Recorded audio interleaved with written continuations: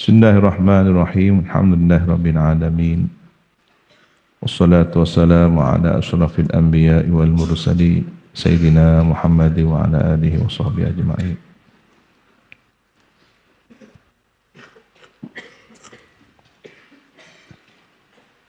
Qala rabbi shrah li sadri wa yassir li amri wa hlul 'uqdatam min lisani yafqahu qawli, amma ba'du. Wa bisanadil muttasil ila al-imam Abi Zakaria Muhyiddin Yahya bin Syaraf an-Nawawi ad-Dimashqi fi kitabih Riyadhus Shalihin rahimahullahu ta'ala wa nafa'ana bihi wa bi ulumihi wa bi asrarihi wa bi asrari sa'iri shalihin ila an qala wa yata'ahabba lima asyartu ilaihi.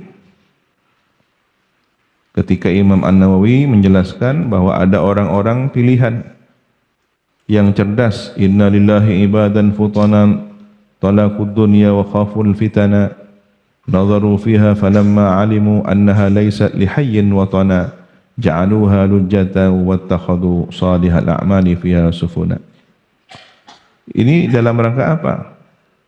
Untuk memberikan motivasi bagi para pembaca kitab Riyadhus Shalihin bahwa ada orang-orang cerdas menyikapi dunia, para zahidin az-zuhad. Ini teladan, dan kitab ini disuguhkan, dihadirkan dalam rangka mengajak kita, mendidik nafsu kita, diri kita, jalannya orang-orang yang pilihan, mengikuti jejaknya orang-orang yang cerdas, ulin nuha wal absar. Wa yata'ahabba, dan bersiap-siap, lima asyartu ilaihi, terhadap sesuatu yang aku memberikan petunjuk kepada ma itu.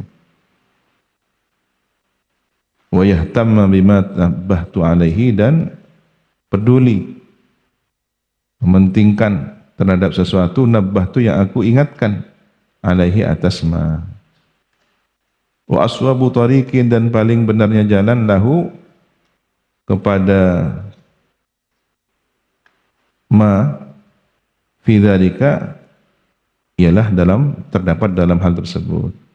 Wa arsyadu ma yaslukuhu minal masaliki, dan paling memberikan petunjuk sesuatu yaslukuhu yang berjalan, hu kepada ma itu, minal masalik, dari berbagai jalan. Oh, jawabannya di sini ya. Adapun aswabu tariqin wa arsyadu ma yaslukuhu at-ta'addubu, paling benarnya jalan, paling memberikan petunjuk. Itu apa? At-ta'addub bima sahha an nabiyina, beradab kepada sesuatu yang sahha, yang sahih, benar, datang riwayatnya dari Nabi kita Sayyidil Awwalin wal Akhirin, bagindanya orang-orang yang terdahulu, pemimpinnya orang-orang yang terdahulu dan orang yang akhir kemudian. Wa akramis sabiqina wal lahiqin, dan paling mulianya orang yang dahulu dan yang datang kemudian.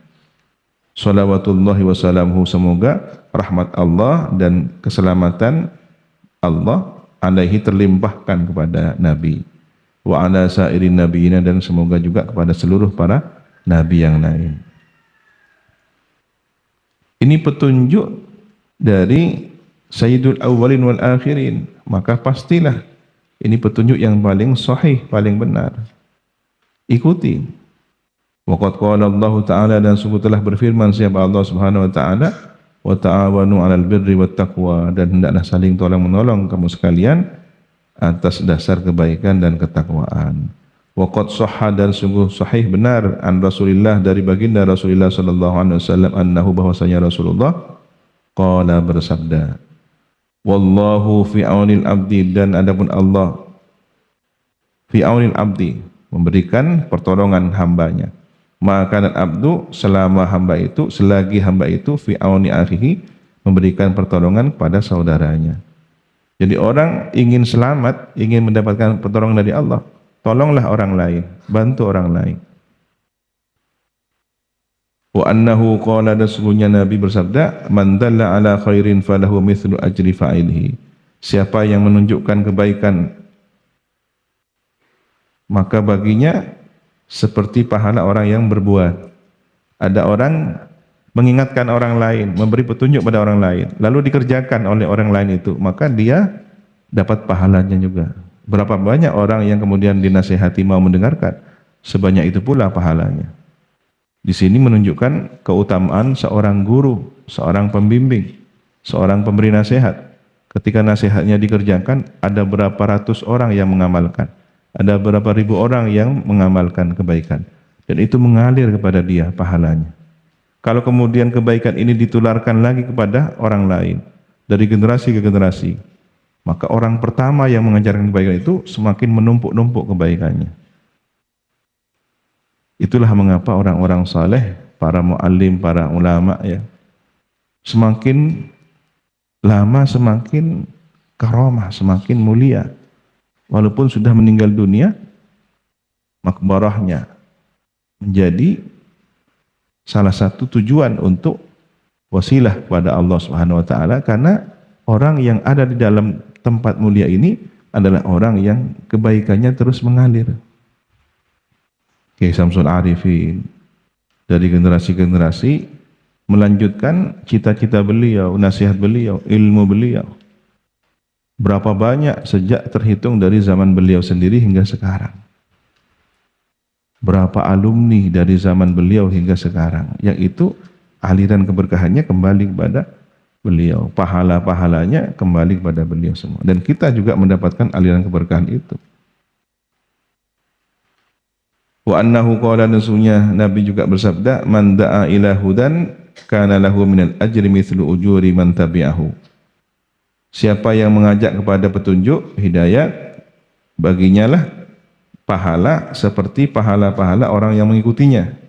La yanqusu dzalika, tidak berkurang hal tersebut, min ujurihim, dari pahala-pahala mereka. Jadi orang yang berbuat menirukan nasihatnya mendapatkan kebaikan, lalu orang yang memberikan petunjuk tadi mendapatkan kebaikan dari kebaikan orang yang berbuat baik tanpa mengurangi kebaikan orang yang berbuat baik itu. A punya murid, B menasihati, B kamu harus berbuat baik, dilakukan, maka B dapat kebaikan, A dapat kebaikan dari B tanpa mengurangi kebaikannya B. Begitu seterusnya.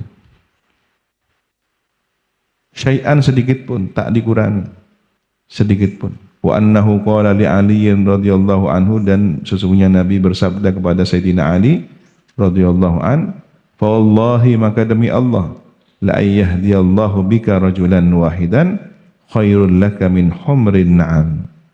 Demi Allah, niscaya memberi petunjuk siapa Allah bika, dengan sebab engkau memberi petunjuk kepada siapa? Rajulan wahidan, satu orang saja. Khairun, lebih baik, laka bagimu, min humrin ni'am, dari ternak yang berwarna merah. Ini jenis binatang ternak yang mewah, yang mahal, banyak diincar, banyak dicari, disenangi oleh para pecinta ternak. Jadi kalau sekarang misalkan, apa yang menjadi tren ukuran kesenangan? Kendaraan misalkan, kendaraan termahal apa? BMW, Ferrari, apa misalkan? Yang kemudian menjadi standar orang dalam taraf hidup yang memiliki kemewahan. Dulu ada namanya humrun na'am. Jadi orang-orang Arab yang biasa punya ternak, itu ada kontes ternak. Nah, ternak yang termahal ini kira-kira begitu menjadi ukuran bergengsi. Jadi seperti di sekitar kita ada yang senang dengan sapi, maka ada sapi limusin, kemudian dilombakan, dapat trofi. Nah, kira-kira begitu standarnya. Nah, ini jauh, ternak-ternak yang terbaik dan termahal itu masih lebih mahal. Ada satu orang dapat hidayat berkat Anda. Kamu ngajak orang lain, ayo ikut mondok saya, Suharjo, ngaji. Dia mau. Itu lebih mahal dari limusin. Atau apa yang paling mahal? Jet pribadi misalnya. Bayangkan, apapun yang paling mahal, itu terkalahkan oleh peran kita ngajak orang lain menjadi baik. Maka beruntunglah orang yang senantiasa memotivasi orang lain berbuat baik. Berapa orang telah menjadi baik sebab orang ini. Maksudnya sebab apa? Penentu utama yang memberikan hidayah Allah, tapi sebabnya ada orang yang berikhtiar mengajak kebaikan. Guru-guru kita orang yang mulia. Maka kalau kemudian di sini Imam Nawawi mengembalikan segala nasihat kepada sumber nasihat yang terbaik Rasulullah, ya sudah, ini sumbernya segala aliran kebaikan itu. Dan lihatlah bagaimana para ulama yang memiliki ketersambungan ruhani dengan Rasulullah. Tidak ada rasanya orang yang paling dekat dengan Rasulullah kecuali ulama ahli hadis dengan penuh khasyah billah. Kenapa setiap hari meriwayatkan hadis qala Rasulullah sallallahu alaihi wasallam? Berapa kali dia bersolawat? Kalau membaca ratusan hadis, menghafal qala Rasulullah sallallahu alaihi wasallam an Rasulillah sallallahu alaihi wasallam, sholawat terus. Jika Al-Qur'an dihafalkan, maka orang yang menghafal Al-Qur'an itu disebut dengan ahlullah, keluarganya Allah, orang dekat yang Allah pilih menjadi manusia-manusia pilihannya. Nah, orang yang menghafalkan hadis dan memahami hadis, mendalami hadis, tiap hari ngaji hadis, ahlur Rasul, keluarga Nabi, walaupun tidak memiliki nasab. Kenapa? Orang dekatnya Nabi, pilihan manusia pilihan yang didekatkan kepada Nabi Muhammad. Karena nanti hari kiamat paling dekatnya umat ini adalah yang paling banyak bersolawat pada Nabi Muhammad. Berbeda dengan bidang yang lain, ini tidak menafikan, tapi menyebutkan keistimewaan. Bukan berarti yang lain tidak perlu dipelajari. Wah, kalau gitu yang paling ruwet ini kalau urusan ilmu ekonomi, tiap hari menyebutkan uang dan uang saja. Ya enggak juga. Kalau jihadnya menggunakan jihad ekonomi, bagaimana perekonomian umat ini menjadi stabil, tidak dijajah oleh investor asing dengan segala tipu dayanya. Itu bagian dari jihad juga. Tapi yang istimewa dan sulit ditandingi adalah fan ilmu hadis dalam periwayatan para muhaddis. Maka tidak heran Abu Yazid Muhammad Al-Maliki seringkali ketemu Rasulullah yaqadatan. Di sini saja dalam riwayat ini ada 3 Rasulullah ditemui oleh Abu Ya dalam kondisi terjaga. Ada yang saksi matanya masih hidup sekarang, Ustadz Zubair, Surabaya. Ya. Beliau sedang memijatnya di kampung Sultanah Madinah. Beliau punya 2 rumah, di Mekah di Rusaifah, di Madinah Syariq Sultanah, jalan kampung Sultanah. Kami ketika diajak rekreasi rihlah ke Madinah, menginapnya di sana. Nah, beliau Ustadz Zubair ini saat berduaan memijat beliau sampai beliau tertidur pulas ya, tidur enak. Ternyata beliau terbangun kaget, duduk bersila. Terus penuh dengan ketundukan, layaknya seorang santri di hadapan gurunya. Apa ini Rasul? Kok kemudian tiba-tiba Abu Ya seperti ini? Ternyata beliau berbicara seperti ada orang di hadapannya mukalam. Waalaikumsalam warahmatullahi wabarakatuh. Tayyib, marhaba. Selesai. Ya Zubair, kamu tahu siapa bersama? Tidak ada orang ya. Antum sama saya berdua cuman. Rasulullah baru saja datang. Bangun tidur, bukan dalam tidur. Bangun tidur, duduk bersila. Waalaikumsalam warahmatullahi wabarakatuh. Ya qadatan. Dalam riwayat yang lain, beliau juga bertemu baginda Nabi saat beliau ke Al-Awali. Ada tempat di daerah Mantiqah Al-Awali namanya. Biasanya beliau itu ketika di Madinah langsung berziarah kepada Rasulullah SAW. Tapi karena satu ketika beliau merasa kelelahan, langsung ke kediaman beliau di Al-Awali, kecapean di sana. Murid beliau, senior kami, Ustadz Said Tawil, itu menyediakan makanan, sarapan. Sarapan di sana ya, roti, kemudian berapa lauk pauknya. Tidak ada santri yang lain, hanya beliau berdua, Ustadz Said dengan Abu Ya. Saat di sela-sela menikmati sarapan paginya, tiba-tiba berubah posisi Abu Ya. Lagi-lagi seperti yang sebelumnya. Waalaikumsalam warahmatullahi wabarakatuh. Alhamdulillah, khair. Waalaikumsalam warahmatullahi wabarakatuh. Tiba-tiba merinding. Ustaz Said tahu juga merinding. Abu Ya kemudian memerintahkan, Said siapkan mobil. Fulan yang biasa Said jadi sopir untuk segera menyiapkan. Kita langsung menuju Masjidil Haram, Masjid Nabawi. Pakai gamis semua, berangkat dubahan, pakai kopiah putih, tidak pakai surban biasanya Abu Ya. Hanya menggunakan pakaian kopiah putih saja, tidak pakai syal hijau, langsung berangkat. Seperti tergesa-gesa betul. Ternyata beliau ngajak juga yang lain, ada beberapa santri. Ta'al Mikdad, Ustaz Mikdad Baharun, diajak.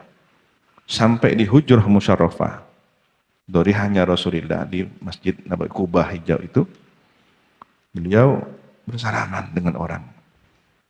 Nah, sayangnya Ustaz Said ini tidak perhatian ke wajahnya orang ini, siapa yang disalami. Tidak terlihat sosoknya. Kemudian beliau mencium tangannya di balik syal orang itu. Siapa? Jadi, namanya murid kadang-kadang tidak fokus kepada siapa yang diajak bicara atau dikomunikasikan oleh guru. Dia fokus dengan guru. Ini apa yang, atau karena posisi yang ramai yang tidak bisa dilihat langsung pada posisi yang bersebelahan. Setelah itu beliau pulang mengatakan kepada santri yang bagian Said sopir ya. Karena yang waktu itu adalah Said Tawil, Ustadz Said Tawil ditanya, Said, kamu bersyukur pada Allah. Kenapa? Ternyata Abu Ya telah berjumpa Rasulullah dan diikuti oleh beliau murid-murid. Ada Rasulullah tadi dan ada santri-santri Abu Ya. Ini santri yang beruntung. Ketika gurunya ketemu Nabi, dia ikut menemani. Walaupun tidak kenal, tidak bisa melihat hakikat siapa orang ini. Jadi ketika Abu Ya mengatakan beruntung, syukur kamu ya, saya ketemu lagi dengan beliau. Beliau siapa katanya saya tahu. Orang banyak tokoh-tokoh yang datang ketemu Abu Ya. Ini siapa? Rasulullah SAW. Tidak bisa dibayangkan kegembiraannya. Sambil nyopir penuh dengan kebahagiaan. Ini beberapa riwayat yang lain menunjukkan bahwa ahlul hadis orang yang dekat dengan Rasulullah.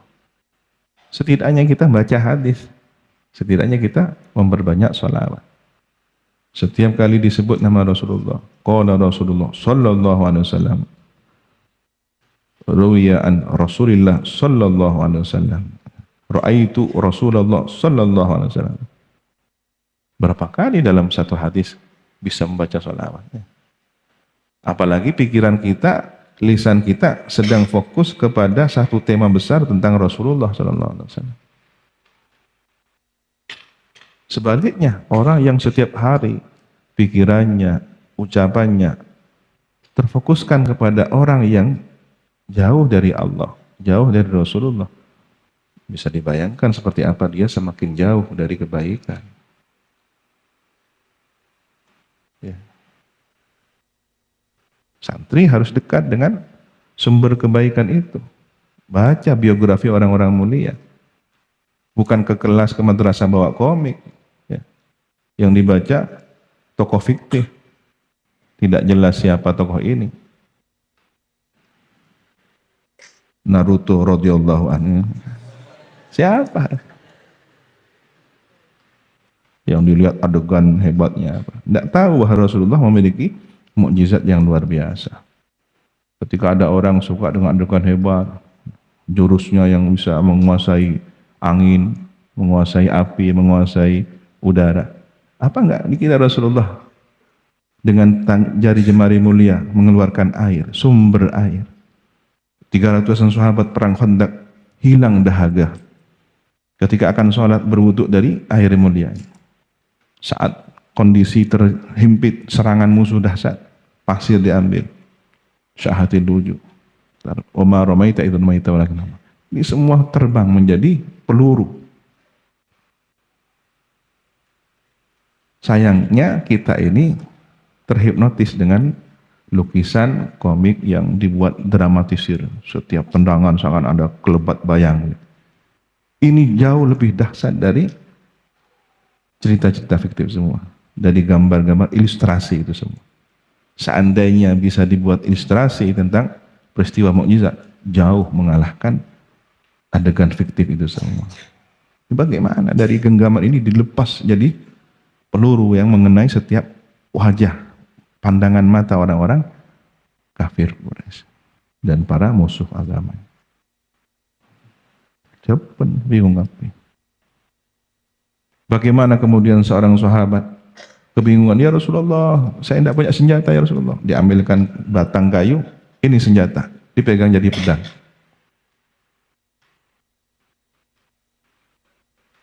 Sementara kita sudah lebih mengagumi tokoh-tokoh dalam cerita apa? Para pendekar-pendekar lokal di negeri kita ini punya pedang macam-macam. Kalau dulu ada Tutur Tinular, ada Arya Kamandanu, ada Brahma, Brahma Kumbara. Yang itu kadang-kadang tidak jelas juga sumber ceritanya. Banyak dibumbui oleh cerita fiktif. Kenapa tidak kembali kepada sejarah yang benar? Yang dibela kebenarannya oleh Al-Quran. Dikuatkan dengan sumber perawi hadis yang valid. Thiqah. Sayangnya kita harus melawan nafsu kita sendiri dan kebodohan kita sendiri. Sehingga lebih tertarik dengan yang tambah membuat kita bodoh.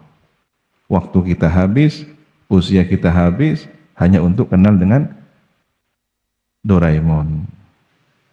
Berjam-jam baca Doraemon. Siapa Doraemon? Tembus ruang waktu di mana? Ya, ada kucing seperti itu di mana kan? Sehingga kemudian ada orang cari kesempatan jual boneka, dibeli mahal. Kenapa? Idolanya Doraemon. Bantalnya Doraemon, Al-Rojina Doraemon, dinding rumahnya Doraemon. Kalau perlu makan, apa yang disukai oleh Doraemon dibeli. Dorayaki. Kenapa? Jiwanya sudah pecintanya Doraemon. Dulu masa kecil kita dididik seperti itu, macam-macam cerita fiktif. Lalu diberikan hiburan mainan yang identik dengan cerita-cerita dongeng itu. Ada apa di balik ini? Kenapa sangat masif? Salah satu tujuannya agar generasi umat Islam, anak-anaknya terjauhkan dari tokoh-tokoh pejuang Islam. Kita lupa mempelajari Diponegoro.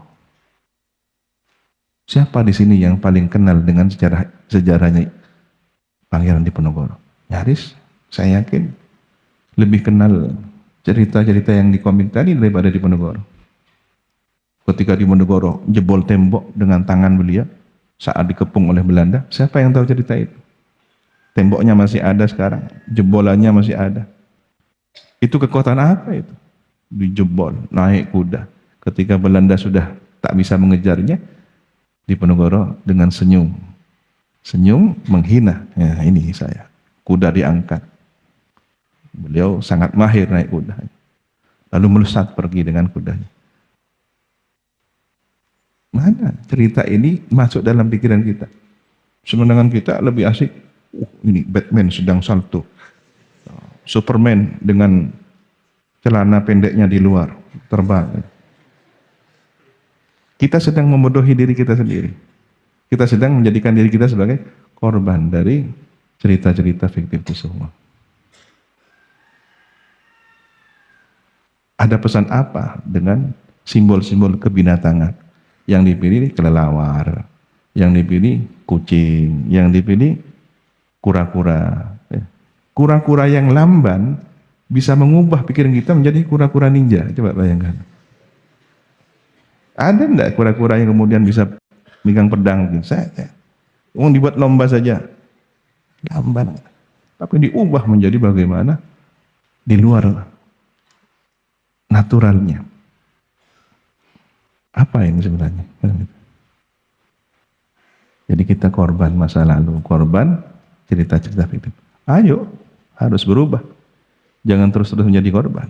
Jangan kalahkan kitab di dalamnya komik. Ini kan sudah mengalahkan ini. Kitab yang mulia, ilmu yang mulia, kalah dengan yang di dalam komik itu. Karena takut diketahui oleh ustadznya, gurunya. Berapa waktu kita habis? Mestinya zikir, ke masjid, ke musola, bawa sesuatu yang tidak berharga. Mudah-mudahan kita cerdas spiritual, tidak hanya cerdas intelektual. Wallahu subhanahu wa ta'ala alam bissawab. Rabbi zidni ilma, Rabbi zidni ilma, Rabbi.